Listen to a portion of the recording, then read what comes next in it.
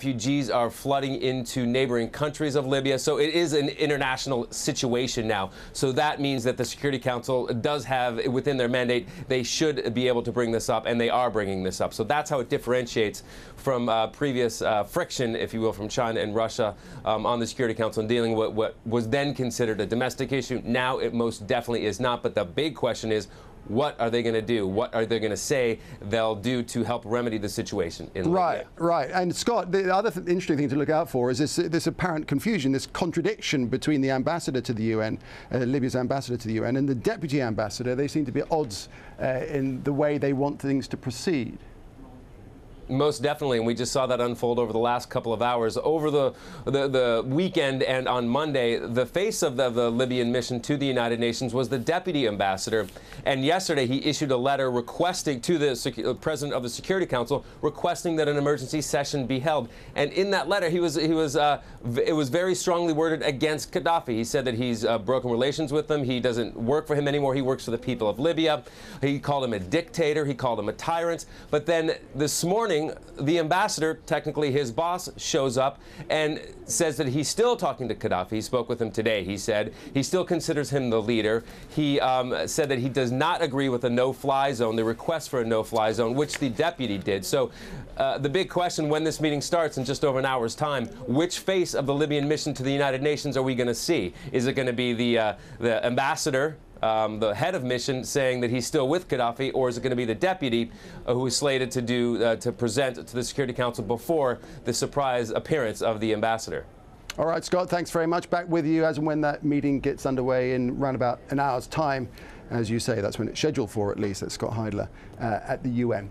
All right, the US began to impose sanctions against Libya beginning back in the late 70s. It would steadily impose more during the 80s and early 90s until the Bush administration normalized relations with the regime, opening the door for US business. But the unrest in Libya may change that, as Rosalind Jordan now reports. For 18 years, Libya and its 6 million people were off limits to U.S. business, the result of U.S. and UN sanctions. That changed once the government of Muammar Gaddafi announced the end of its nuclear program in 2003. Colonel Muammar al-Gaddafi publicly confirmed his commitment to disclose and dismantle all weapons of mass destruction programs in his country.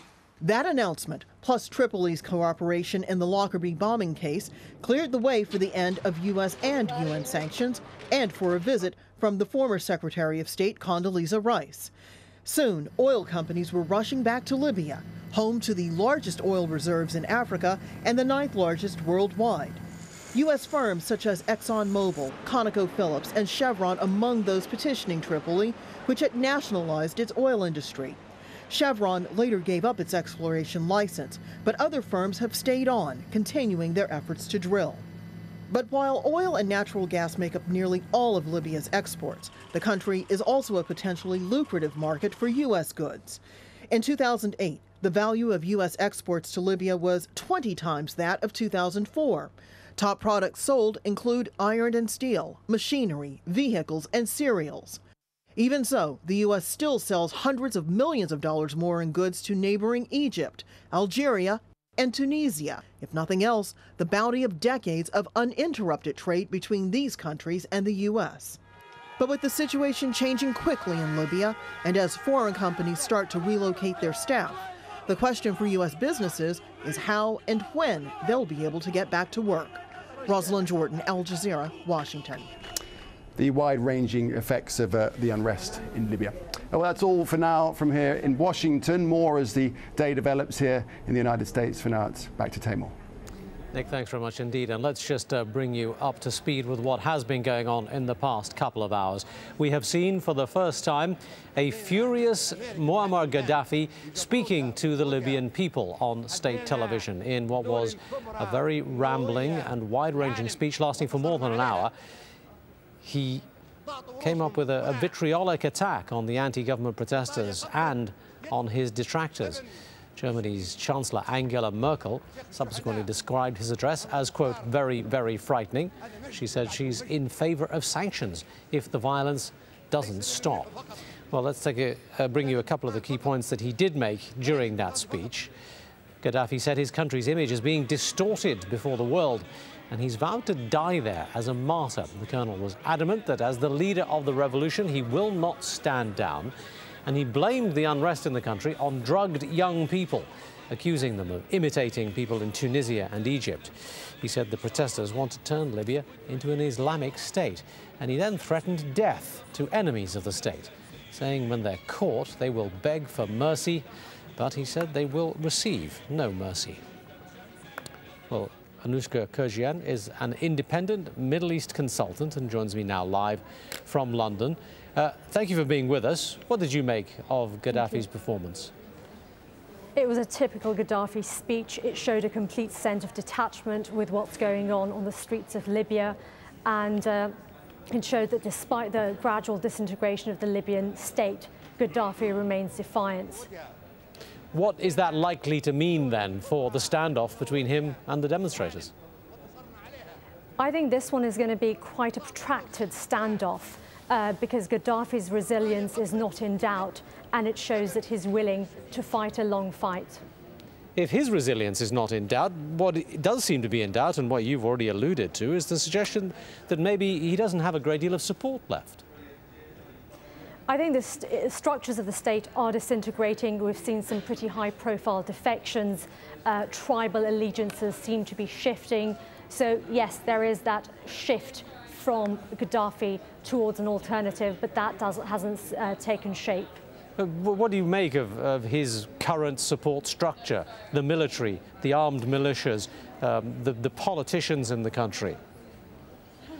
That's very difficult to gauge at the moment because Libya has been a very closed state, and the command structure within the military, within the tribal allegiances, that's been very difficult to gauge, but it does seem to be that he is losing, support is ebbing away from him. Well, he doesn't seem to think so. I mean, let's just play one soundbite of one of the things he had to say and what he thinks about the protests so far. This is an admission that from the biggest power that Muammar Gaddafi is not the president, is not a normal person. We can poison him or lead demonstrations against him. When bombs were falling on my house and killing my children, where were you, you rats? Where were you, those with big beards?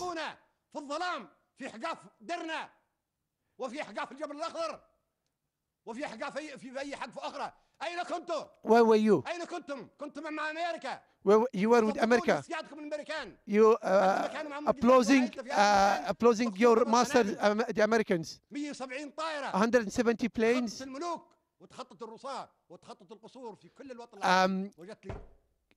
Left all palaces and leaders and kings and came to raid the house of Muammar Gaddafi. Actually, that particular passage was kind of an illustration of much of the speech in itself, in that he was presenting himself as the hero of the nation, as he has done for a long time, and blaming others for their behavior and their ingratitude towards his leadership. But subsequent to the